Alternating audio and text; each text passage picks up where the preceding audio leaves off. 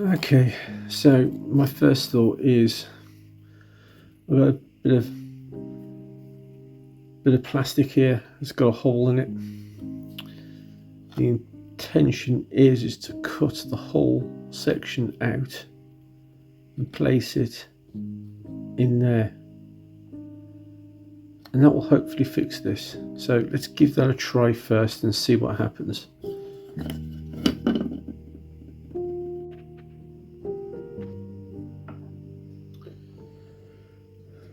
Okay, that was relatively easy.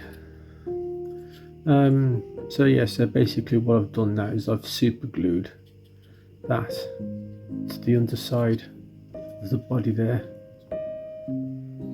I've already checked it, the holes do line up. It's just a case of putting it back on now.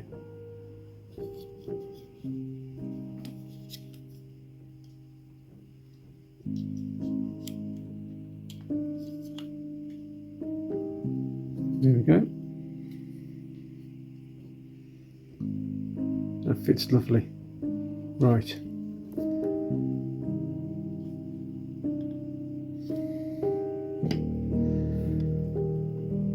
Now let's give this a test and see if it actually works.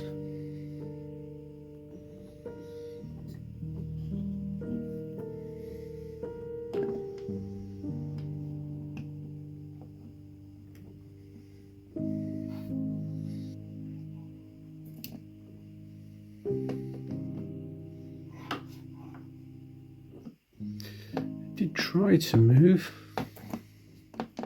There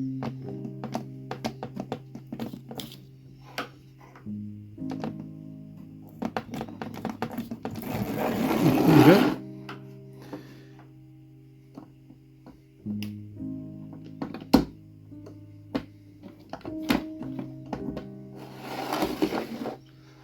Yeah, it's not great, is it?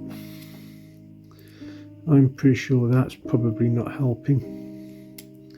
Let's just try again.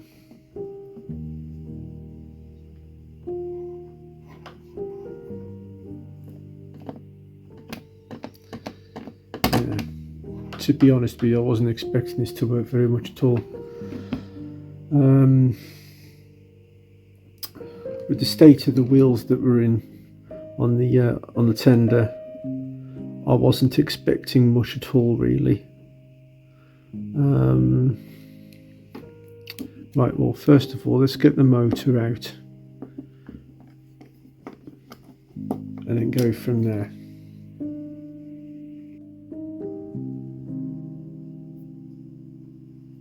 Okay, this was running very badly. In fact, actually it wasn't working very well at all. So basically I've took the motor out, I've tested the motor, that's fine. The only other problem I've got is the metal clip that goes down the one side of the brush here, is supposed to be soldered to this wire here, and it's come off. It had a dry joint on it. So what we're going to do is we're going to start by resoldering that first. Okay, basically what was going to end up being just a quick clean and a throwback together. Basically what's happening now is as I turn this, as you can see, the wheels are jamming. I've had a look on the underside here, and the wheel axles are so caked in oil and muck that I'm going to strip all the valve gear off. I'm going to take the wheels off, clean the axles, give the chassis a good clean, and then put the whole thing back together again. I'll do all this off camera because it's just going to take way too long to do. So bear with me, and I will get back to you if I see anything else that I see that's a big issue. Right, the chassis was absolutely caked in dirty old oil, and I've basically given it a wash in IPA. I'm now going to do the same with the wheels. I mean, that's the state of one of the cotton wool buds that I've been using to clear the chassis with, in comparison to the clean end. So yeah, I'm going to do all the wheels now, because as you can see, all the inside of the wheels here are all caked in oil as well. On closer inspection, as I was taking it all apart, it was actually the rear wheel here that was extremely tight. So the other two were running fairly freely, but the back one was very tight. So I'm going to give everything else a good clean now, and then I'll start putting it all back together. Well, that went a little bit more extreme than I thought it did. Everything has all now been completely cleaned, and as you can see, the IPA is extremely dirty. But anyway, I'll filter that back into the container later. But yeah, everything has all been completely cleaned. All the linkages from the one side of the locomotive are over here, and the rest are over here, so nothing gets mixed up whatsoever. So what I'll do now is I'll very carefully, painstakingly put this all back together again now. Another little trick of mine is I get a fiberglass pen like this one here, and I just dunk it in the IPA and then rub it over all the linkages. And as you can clearly see here, you've got a before and an after here. So I'll be giving this a good clean, as well as this piece and all the other bits. So hopefully all the linkages will all look really nice as well when I'm finished. Right, now the wheels are back in now. Now what I do here now is I set the wheel spacings on these old Triang Hornby models at 13.8. If you do it at the 14.4 as the back-to-back gauge suggests, you will have issues where these will jump off the track when they go over the points, or they'll be very hard to go around a first radius corner, which these old models are actually designed to do.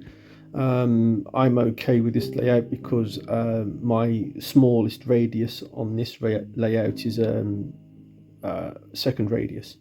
So anyway, so 13.8, I'm going to get this done now.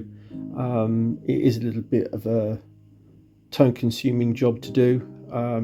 There's nothing special about this at all, apart from the fact that I use a vernier caliper here to check everything. And yes, it is a manual one. I don't like the digital ones. So yeah, so I'm going to do those now. It is fairly simple, really. You just check the back-to-backs here. If they're a little bit too loose, then just tap very gently with a hammer on the one end. And that's pretty much it, really. Oh, right, that was a nightmare. But the good news now is that is working really nicely. All I've got to do now is put it back together. Now then. Oh, believe it or not, that actually took me hours to do. Right, it turned out that there was an issue with the motor. This is the original motor that was in it. I believe this may need remagnetizing. The motor that's over in that one over there now, the motor that's in this one now is a motor that I had spare. I had it remagnetized at Dave Angel Trains recently. In fact, actually did a couple for me. One of them's over there. Yeah, I've got bits all over the place at the moment. Anyway, in the process of reorganizing, another story. Anyway, so I've replaced the motor. It now works absolutely beautifully. And what I'll do is when I get 5 minutes, I'll take this one down to Dave Angel Trains and I'll get him to remagnetize that one for me. And then that'll be another good motor then to go into yet another locomotive. Okay, now then, I may have possibly have found a manufacturing fault. I was having loads of issues with the wheels. I took the wheels apart probably about 3 or 4 times. I was having such difficulty trying to get the quartering right on them. And for some reason, it just kept locking up every single time I did it. And I found the reason. So if I put that in here, like that, and I can hold that one up there like that. This other wheel has other issues, but if you look very carefully, that hole is off center, whereas this one, which is a sort of good one, the hole is exactly in the center, and that's the only thing that I could see wrong with it. But this one, it is literally to the left of where it should be, and I believe that may be what the problem was. But anyway, I've replaced the wheel and now it's not locking up at all, so I'm glad I've got that fixed. Anyway, those can go in the parts box. Right, now then, I've got the wheels, the horrible caked up wheels, soaking in isopropanol there for the tender. So what I'm going to do now is I'm going to put the locomotive back together. I've got the pony wheel here to put in. I've got the body over here. I've repaired the body. I've super glued that piece of plastic on there, and I'm kind of hoping that's going to do the job. But I've left that overnight to set properly. And then what we'll do is once I've got that back together, we'll have a look at this. Obviously the wheels will just get a thorough good clean. The tender and chassis, I'm going to add some weights inside here. I'm going to find something adequate enough. I'm going to put a bit of weight in there, super glue the two components together, because let's face it, it will never need to come undone again. And what I'm also going to do is put a bolt in there for the connector on the back of the locomotive. So I'm going to put you back down again. I'm going to finish cleaning this all up and put it back together, and then hopefully we'll get it going again once it's all put back together. If I see anything else, I will show you, but hopefully this is just going to be a simple case of fixing this, gluing it together, cleaning it, done. Okay, right, back in a minute. That was a much easier task. The hardest part of that task was cleaning those wheels. Don't they look so much better now? I even found a weight to fit in there properly too. I knew I had some weight, but I didn't know I had one that was exactly the right size, so I'm well happy with that. And I've just put a screw in there. The only modification I had to make was making the hole just ever so slightly bigger on here, just so that the bolt can pass through. So without further ado, we'll put it back on the track and hopefully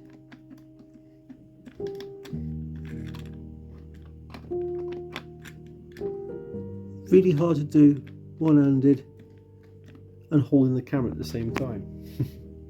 Okay, let's give it a whirl.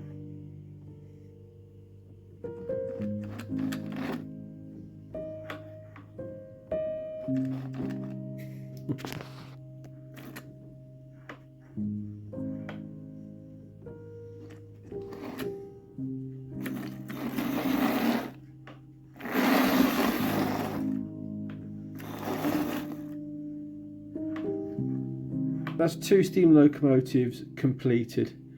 Right, let's go to the next one. Now for this one. Now this one, we had already tested this one. It turned out to be actually a pretty good runner. It's missing the funnel at the front here, so we'll have to see if we can try and find something to replace that. In here we got the weight, and then we've got the standard motor here that you would find in any other lemur. In fact, this is very similar to the 08s that they use. So what I'm going to do here is I'm going to give this a basic service, which means a little bit of a clean, spot of oil, and then we'll then have a look, see what we can do with the body.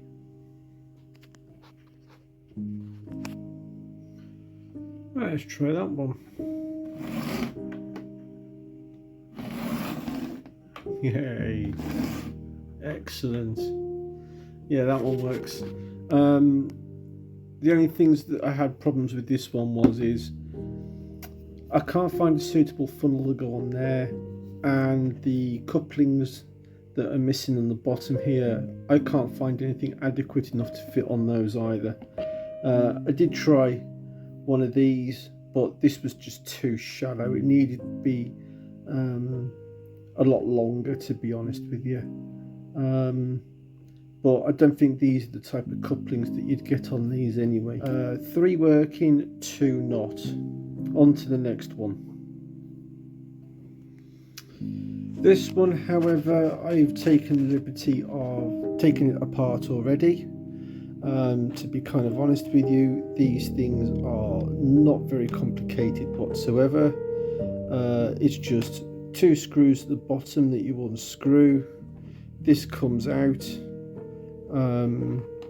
That is separated from this piece here, and obviously that same screw goes into the body there as well.